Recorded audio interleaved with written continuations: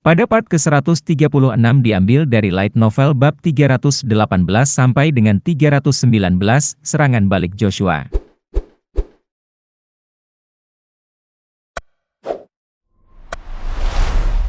Di ruang konferensi, semua orang menahan napas mendengar perintah Rosa yang menakjubkan, dan pada saat itu, Joshua tidak pernah membayangkan bahwa di dalam ekspresi tenang Jin menyembunyikan sesuatu yang istimewa.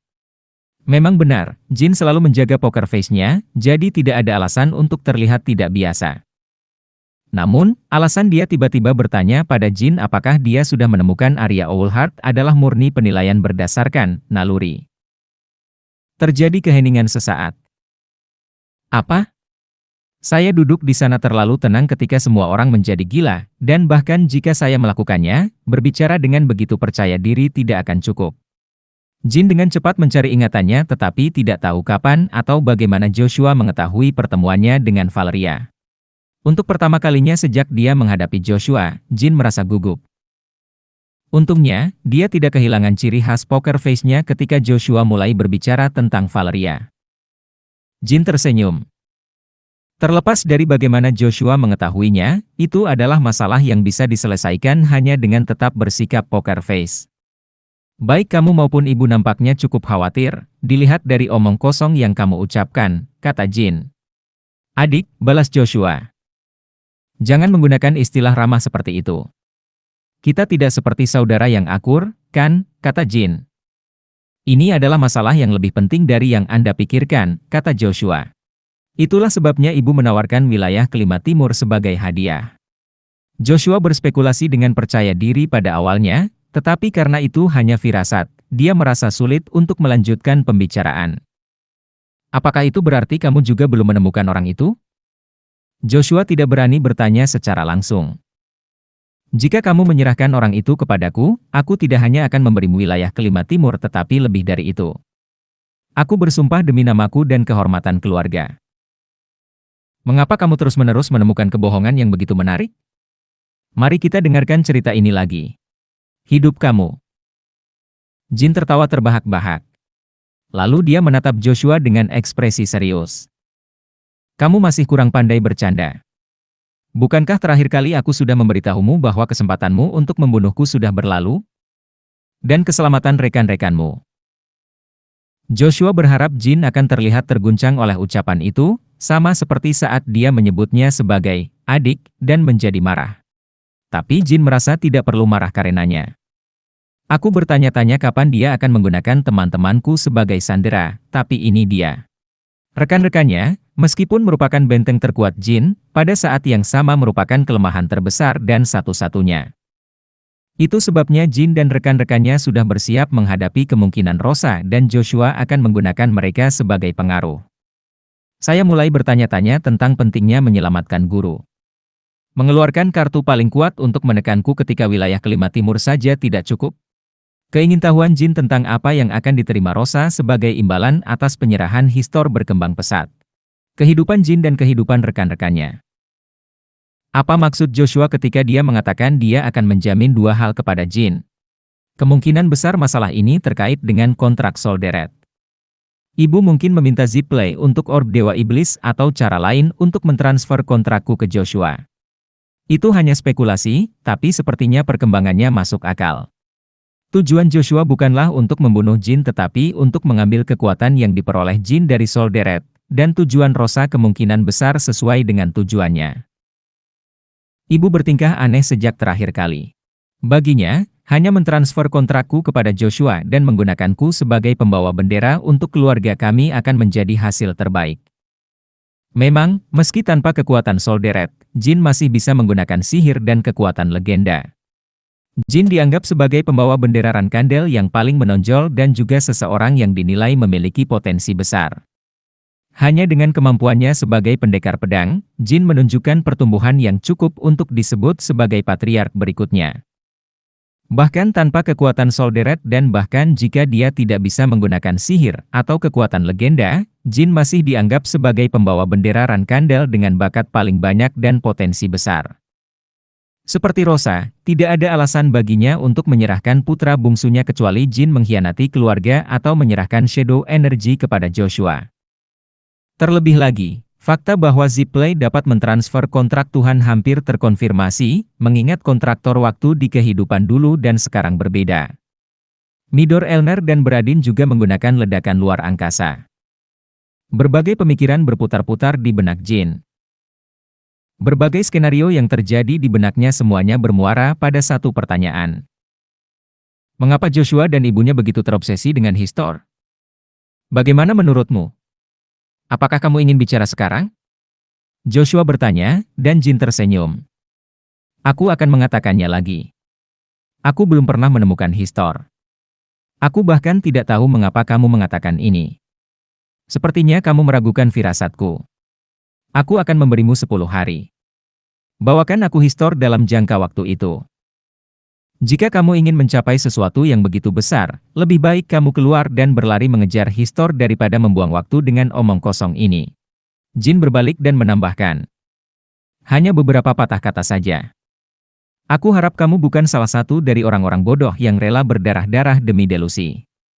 Artinya, tidak ada gunanya menyentuh teman-temanku secara sembarangan. Biarkan aku mempertimbangkan saranmu. Ini bukan nasihat, ini peringatan. Apakah kamu mengerti? Di saat seperti ini, jika kita berada di lorong sempit di mana hanya ada kamu dan aku mungkin akan impulsif dan menghunus pedangku untuk memotong tenggorokan putra kedua tanpa memikirkannya. Konsekuensinya menyedihkan sekali. Apakah kamu pikir kamu bisa mengalahkanku 1 lawan 1? Jika kamu yakin, kita bisa bertarung sekarang. Joshua mengangkat bahu seolah dia tidak peduli. Pembawa bendera ke-12 berada dalam posisi yang lebih baik dari yang kukira. Bahkan jika aku mengalahkanmu, kamu tidak akan rugi apa-apa. Jin menantangnya karena menurutnya Joshua tidak akan bertarung. Seperti yang Joshua katakan, meski dia kalah dalam pertarungan 1 lawan 1, dia tidak akan kehilangan apapun, sedangkan Joshua akan kehilangan reputasinya meski dia menang. Joshua memperhatikan punggung Jin sampai dia menghilang. Lalu dia yakin. Adik laki-lakinya yang tersayang pasti pernah bertemu Arya Owlhart setidaknya sekali sebelumnya. Jika yang lebih muda benar-benar tidak tahu apa-apa tentang Histor, dia akan menawariku kesepakatan sebaliknya ketika aku berbicara dengannya. Jin yang dikenali Joshua adalah orang seperti itu. Jika dia melihat keinginan dalam diri lawannya, dia akan menemukan cara untuk menggunakannya, bahkan jika dia tidak memiliki senjata untuk menggoyahkan keinginan itu. Itulah sisi menakutkan dari adik laki-lakinya yang dia lihat. Tapi sekarang, meski dia mengungkapkan keinginannya terlebih dahulu, dia hanya berusaha menghindari topik itu ketika dia tidak tahu apa-apa tentang Histor. Jin sepertinya tidak berniat bernegosiasi atau bermain-main dengannya. Karena itulah Joshua yakin dengan hubungan Jin dan Histor. Dia tersenyum seolah dia telah mencapai sesuatu yang besar. Tetapi meskipun aku benar-benar menculik atau membunuh rekan-rekannya, Jin tidak akan pernah menyerahkan Histor kepadaku. Sebaliknya, itu hanya memprovokasi binatang yang sedang tidur. Bagus kalau yang lebih muda mengenal Histor. Jika dia bersamanya, Rankandel dan Zipplay kita pun tidak akan bisa menemukan Histor secara aman. Yang lebih muda tidak akan pernah melepaskan kartu yang dipegangnya. Itu adalah hal lain yang dipahami Joshua tentang dirinya. Meskipun mereka jelas-jelas musuh, Joshua menghormati Jin. Dari sebelum Jin menunjukkan kemampuannya hingga saat ini, Joshua tidak pernah meremehkan Jin sekalipun. Tuanku. Howard, kepala pelayan kelas 1 yang sudah pensiun, mendekati Joshua. Dia adalah adik dari kepala pelayan Haynes dan salah satu pembantu terdekat Joshua. Apakah Anda mendapatkan sesuatu, Tuan? Saya menangkap ikan besar yang tidak terduga. Howard, jangan tugaskan satupun ksatria saya untuk mencari Histor. Itu membuang-buang sumber daya. Dipahami. Sebaliknya, sebarkan informasi palsu tentang Histor kepada pembawa bendera lainnya. Sementara pembawa bendera khawatir tentang menemukan Histor, pastikan untuk mengamankan sebanyak mungkin orang yang dijatuhi hukuman mati dan mengirim mereka ke Richardson. Howard tidak mengomentari keputusan Joshua. Dan carilah daftar semua mitra bisnis kita, termasuk pedagang, orang kaya, dan bangsawan yang terhubung dengan kota bebas Tikan. Mata-mata kami telah mengidentifikasi informasi itu. Karena informasi tersebut diperbarui setiap minggu, margin kesalahannya minimal. Joshua mengangguk puas. Hentikan semuanya. Saya ingin mengeringkan dana mereka sedikit. Tidak masalah jika yang lebih muda dan rekan-rekannya mengetahui bahwa mitra bisnis mereka telah menghilang, tetapi kita tidak bisa membiarkan dunia luar tahu bahwa kita menekan mereka. Aku akan memastikan mereka tetap diam. Bagaimana kita harus menghadapi mitra bisnis Zippley, istana tersembunyi, dan kekaisaran? Sulit menjaga keamanan di area itu. Ada berapa tempat di sana? Aku harus memeriksanya, tapi kudengar ada sekitar 10. Dari jumlah tersebut, hampir setengahnya adalah milik Zippley. Tinggalkan istana tersembunyi dan periksa apakah mitra bisnis lainnya memiliki hubungan dengan klan Zippley atau keluarga kekaisaran. Jika tidak, kirim bajak laut untuk menyerang dan menghasut serangan. Dipahami. Tidak perlu memprovokasi binatang buas untuk melakukan konfrontasi penuh. Sebaliknya, Joshua memutuskan untuk menggores saraf Jin dengan memotong pasokan uangnya dan secara halus mengancam rekan-rekannya untuk melihat bagaimana reaksi Jin. Dan dia bertanya-tanya apakah rekan-rekan Jin akan menanggung segala macam kerugian dan berdiri di sisinya sampai akhir. Dia cukup pintar untuk tidak menyerangku dengan serangan besar-besaran. Tapi itu akan sangat mengganggu. 10 hari telah berlalu. 10 April 1799. Kota bebas Tikan. Ekspresi Kashmir muram saat dia duduk di kantornya. Perekonomian kota terhenti dengan kecepatan yang belum pernah terjadi sebelumnya. Lebih dari 80% mitra bisnis telah meminta penangguhan kontrak, menanggung pelanggaran dan denda, dan 20% sisanya tampaknya juga siap untuk dihilangkan. Kekuatan pembawa bendera kedua Rankandel sangat besar. Tidak ada satupun mitra bisnis yang mengungkapkan alasan mereka membatalkan kesepakatan, Tuan Muda. Jin, yang menyamar sebagai Murakan bersama Gili, bergegas ketika begitu dia mendengar berita itu. Berat, saudaramu itu. Siapa yang dia anggap begitu kejam? Aku tidak tahu. Tuan Muda, Anda mengatakan untuk bersiap secara menyeluruh menghadapi serangan pembawa bendera kedua, tapi saya tidak menyangka akan seperti ini. Untuk saat ini, kami sedang menyelesaikan masalah dengan dana darurat, tapi saya tidak tahu berapa lama kita bisa bertahan. Serangan Joshua efektif. Bisa dibilang, hal ini menimbulkan lebih banyak kerusakan daripada ancaman pembunuhan langsung. Para pemimpin Tikan memperjuangkan pengakuan sebagai negara dan membagikan sejumlah besar uang kepada setiap faksi setiap bulannya, sehingga kerugian yang ditimbulkan sangat besar. Ini membuat frustrasi, tapi kami masih belum memiliki kekuatan finansial yang sebanding dengan bajingan itu, tidak. Joshua. Tidak, bajingan itu. Kami tidak bisa mengalahkannya. Tuan Muda, bahkan turis pun pergi ketika mereka mendengar berita tentang kapal bajak laut muncul di perairan terdekat, Gili berbicara dengan marah. Dana darurat yang dimiliki Jin cukup besar, namun tidak cukup untuk membiayai seluruh kota. Saya juga tidak menyangka akan menjadi seperti ini. Tapi kita tidak bisa hanya duduk dan menonton ketika dia begitu bersemangat untuk bertarung. Apakah Anda punya rencana, Tuan Muda?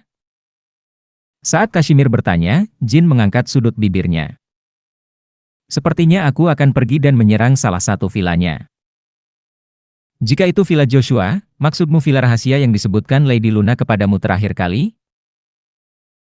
Itu benar, Tuan Kashmir. Lagi pula itu adalah tempat yang pernah kupikirkan untuk diserbu.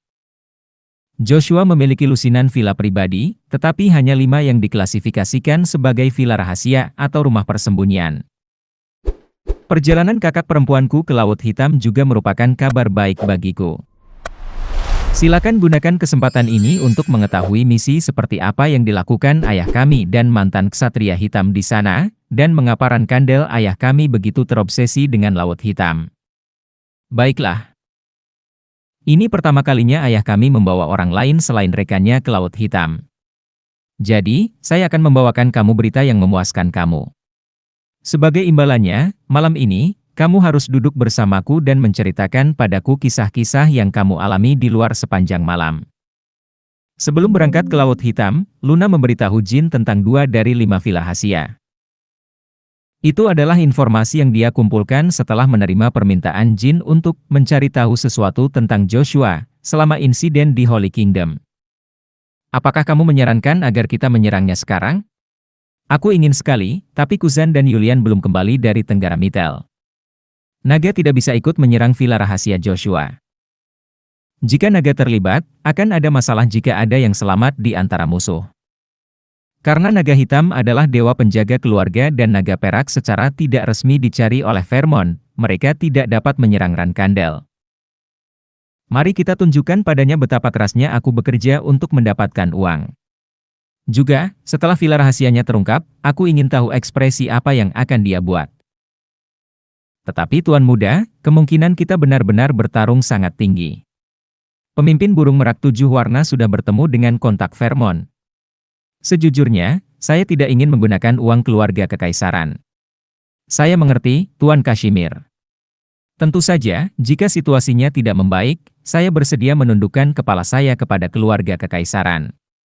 Kaisar, jika saya memintanya, dia pasti akan memberi saya sejumlah besar uang. Dia tidak akan memilih untuk menurunkan harga dirinya di hadapan keluarga kekaisaran yang telah mengasingkannya.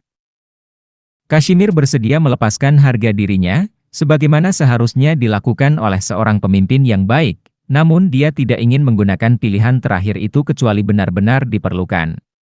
Jin juga berharap Kashimir tidak harus menanggung penghinaan seperti itu karena dia. Mengenai uang, aku akan mencoba mendapatkannya, jadi jangan khawatir. Strawberry, tidak. Seperti yang dikatakan Gilly, masih mustahil untuk mengalahkan Joshua dalam hal kekuatan finansial, tapi kami akan mencegah kota dari akan bangkrut. Kashimir meletakkan tangannya di bahu Jin, yang tampak tersentuh dan meminta maaf sambil tersenyum. Saya malu, Tuan Muda. Sepertinya saya terus membebani Anda dengan terlalu banyak. Apa yang Anda bicarakan, Tuan Kashimir? Masalahnya awalnya dimulai karena saya. Jangan berpikir seperti itu. Sebaliknya, saya harus minta maaf. Tidak, Tuan Muda Jin tidak melakukan kesalahan apapun. Kalian bermain seperti anak-anak. Kalian berdua bersalah. Jadi, bagaimana rencana kalian untuk mendapatkan uang? Kamu adalah naga. Apakah kamu memiliki kekayaan tersembunyi? Tidak, aku tidak melakukannya. Bahkan jika aku melakukannya, apakah itu masih ada di sana, di Storm Castle tempat tinggal Rankandels, yang dulunya merupakan tempat persembunyianku? Kalau begitu, kamu harus menjual muntahan dan sisikmu. Aku yakin itu akan laku sebagai bahan parfum atau baju besi. Apa? Lalu, Gilly tertawa terbahak-bahak. Pertama-tama, kita harus meminjam sejumlah uang. Kita juga harus memulai bisnis yang kita tunda. Bisnis apa? Urusan yang disiapkan teman-temanku dari suku salju emas. Aku harus rajin bergerak. Belum lama aku kembali dari liburan, jadi aku tidak bisa lama-lama meninggalkan Taman Pedang. Keesokan harinya, Jin tiba di Vermont sekali lagi dengan menyamar dan dengan identitas palsu untuk memasuki negara tersebut. Dia mengecat rambutnya menjadi putih dan berpakaian seperti seniman bangsawan menggunakan kosmetik dari suku salju emas. Sepertinya aku harus terus menyembunyikan identitasku bahkan setelah menjadi pembawa bendera. Di pelukannya, dia memegang vas porselen yang dibungkus dengan sutra terbaik. Misha, apakah kamu benar-benar perlu meminumnya? Saya mempunyai keterikatan yang kuat terhadapnya. Jin, ada tempat di mana aku membutuhkannya. Misha, tidak bisakah kamu menggunakan yang lain? Itu adalah karya seni yang berusia lebih dari 1.500 tahun dan nilainya tak terhitung. Murakan, hei. Kamu juga naga penjaga, kan? Apa peran naga penjaga? Kontraktor 1.000 tahun membutuhkan ini, jadi berikan padanya. Ayolah, hehe. Nak, untuk apa kamu membutuhkan ini? Bagaimana kalau menghancurkannya di depannya? Misha, jangan berkata seperti itu, serius, hentikan. Beberapa waktu lalu, ketika Jin mengunjungi bar Misha bernama Velo, dia menyadari bahwa dekorasi interiornya luar biasa. Bar kelas atas dijalankan secara ketat oleh mitra, dan pemiliknya adalah seekor naga yang telah hidup selama lebih dari 3.000 tahun dengan rasa estetika yang luar biasa. Di antara dekorasinya terdapat karya seni kuno yang bahkan sebagian besar arkeolog belum pernah melihatnya. Jin meminta vas porselen, yang merupakan tempat yang paling disayangi Misha, tempat tidurnya, dan dia melihatnya sekilas. Saya ingin menggunakannya pada waktu yang lebih baik, tetapi saya tidak punya pilihan. Ini juga tidak buruk. Terima kasih, Nona Misha. Jin telah memintanya kalau dia membutuhkannya ketika dia menemukan tempat ini. Kami sudah sampai, Tuan. Simpan kembaliannya. Setelah membayar ongkos dan keluar dari gerbong, sebuah kastil megah segera terlihat. Tempat ini, di mana puluhan penjaga yang mengenakan baju besi bersinar berjaga-jaga ke segala arah, adalah rumah leluhur klan Hairan. Kastil Kaisar Pedang. Itu adalah nama yang arogan namun cocok untuk rumah pendekar pedang paling terkenal di Vermont. Jin, yang telah lama mengagumi kastil itu, mendekati gerbang.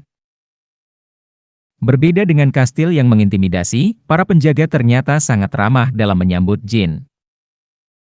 Seperti yang diharapkan dari klan Hairan, yang memiliki citra luar yang sama baik hati dengan Zipley. Apa yang membawamu kemari? Saya seorang pengrajin bernama Paul Greymick. Saya datang untuk mengantarkan keramik yang dipesan Sir Dante beberapa waktu lalu. Para penjaga melirik keramik yang dibawa Jin lalu mengangguk seolah mengerti. Pasalnya, Dante biasa memesan keramik dari waktu ke waktu. Teman ini akan memandumu. Silakan pergi ke ruang resepsi dan tunggu. Saya harus menyampaikannya langsung kepada Tuan Dante. Saya tidak dapat menjamin bahwa Patriark Muda Dante akan keluar sendiri. Namun, hal ini tidak dapat dihindari karena Patriark Muda sedang sibuk dengan pekerjaan. Mohon jangan tersinggung. Penjaga itu hampir tersenyum ketika menyebut Dante sebagai Patriark Muda. Meskipun Jin tahu bahwa Dante telah menangani urusannya dengan tegas bahkan sebelum regresi, mengalaminya secara langsung sangatlah berbeda. Saya tidak berani berpikir seperti itu. Saya datang tanpa pemberitahuan karena sudah selesai lebih awal dari perkiraan. Saya menghargai keramah tamahan Anda. Kamu adalah artis paling bijaksana yang pernah kutemui. Jin mengikuti penjaga itu ke ruang resepsi kastil. Hari ini, hanya satu orang yang datang menemui Hairan, dan ruang resepsi yang luas tampak kosong. Jin telah berhasil masuk. Namun, dia tidak yakin Dante akan mengenali nama itu. Paul Greymick. Jika dia tidak memahaminya, Jin harus mengatasinya secara berbeda, yang bisa menjadi masalah. Jin berdiri diam dan menunggu beberapa saat, mengobrol dengan penjaga pintu. Sekitar 30 menit berlalu. Gedebuk. Jin mendengar langkah kaki datang dari lorong luar ruang resepsi. Tidak. Di mana Paul Greymick? Dante buru-buru mengoreksi dirinya setelah tidak sengaja memanggil nama Jin. Saat dia muncul, penjaga pintu menyambutnya dengan hormat, dan Jin menundukkan kepalanya seolah dia telah melihat atasannya. Yah. Ahem. Aku sudah terlalu lama menunggu mahakarya ini. Kamu harus kembali sekarang. Ya, Patriark Muda. Begitu penjaga itu pergi, Dante memeluk Jin dengan erat. Jin. Bagaimana bisa kamu datang ke sini tanpa memberitahuku? Dan sudah berapa lama? Apa kamu baik-baik saja? Kamu semakin kuat sejak terakhir kali aku melihatmu. Itu adalah suara yang familiar dan lucu yang sudah lama tidak didengar Jin. Pelan-pelan, Dante. Kamu tampak sedikit lebih tinggi. Aku sudah tumbuh sekitar 2 cm. Apakah kamu memperhatikan? Meski sudah dewasa, Dante masih jauh lebih pendek dari Jin. Itu adalah akibat yang tak terhindarkan dari struktur tulang bawaannya. Tapi Jin segera menyadari betapa Dante telah berlatih selama mereka tidak berhubungan. Pada usia 19 tahun, dia telah menjadi Patriark Muda, dan keterampilan pedangnya telah mencapai tingkat yang hanya bisa digambarkan sebagai jenius. Itu sangat mengesankan. Jin ingin membuka sebotol anggur terbaik untuk merayakannya, tapi bukan itu alasan dia datang hari ini. Dante, aku punya permintaan. Oh, apa saja? Ada apa? Bisakah kamu meminjamkanku uang? Meminta uang segera setelah bertemu pertama kali setelah lebih dari setahun beberapa bulan berarti teman ini jelas bukan teman baik. Tapi Dante berpikir kalau itu Jin, tidak akan ada masalah. Artinya meskipun Jin meminta sesuatu yang lebih besar dari uang, Dante akan mendengarkan. Berapa banyak yang kamu butuhkan? Oh, selagi kita melakukannya, aku harus mengembalikan uang yang kamu pinjamkan kepadaku ketika aku melarikan diri dari kerajaan suci, dan aku akan pastikan untuk membayarmu bunga dalam jumlah besar. Sekitar 300 juta koin emas. Begitu. Tunggu sebentar. Katakan lagi. Saya membutuhkan 300 juta koin emas. Dante merasakan keringat dingin di punggungnya untuk pertama kalinya setelah sekian lama. 300 juta koin emas adalah jumlah uang yang sangat besar, bahkan untuk Patriark Muda Hairan. Apakah Rankandel memintamu untuk mengklaim hadiah 300 juta karena menyebutmu pembawa bendera? Tidak, bukan itu. Bisakah kamu mengambilnya? Bahkan aku memerlukan izin kakekku untuk menggunakan uang sebanyak itu. Namun, aku tidak punya cukup alasan untuk bertanya kepada kakekku. Jin melepaskan bungkus sutra dari keramik. Bagaimana kalau kita bilang itu untuk keramik ini? Dante tidak terlalu paham tentang seni, namun dia menyadari bahwa keramik Jin bukanlah benda biasa. Ia berhutang budi kepada kakeknya, Ron Hairan, yang merupakan seorang penggila keramik dan setiap hari mengaguminya di ruang belajar dan bengkelnya. Namun, meskipun itu adalah keramik yang luar biasa, apakah itu bisa bernilai 300 juta koin emas? Dante merasa ragu. Beberapa tahun lalu, saya penasaran siapa yang mengguncang hati cucu saya. Sebuah suara baru datang dari luar ruang resepsi. Ron Hairan. Patriark Hairan, dan ksatria tak terkalahkan yang berkompetisi paling lama melawan Divine Star Knight, Genesis Knight, Chiron Rankandel. Itu adalah suaranya. Aku tidak menyangka akan menjadi penipu seperti ini. 300 juta koin emas? Apakah kamu benar-benar mendengarkan omong kosong itu? Sungguh mengecewakan, Dante. Tidak, kakek. Dia bukan penipu, akan kujelaskan. Sial. Ron menghunus pedangnya dari pinggangnya.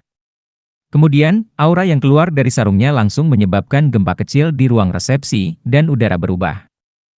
Lagi pula, orang ini memiliki bauran kandel yang kotor dan khas. Kakek, aku tidak akan membunuhnya. Sebaliknya, aku akan mengambil satu tangan sebagai pelajaran. Jadi dia tidak akan pernah lagi menunjukkan wajahnya di hadapanmu, cucuku Dante.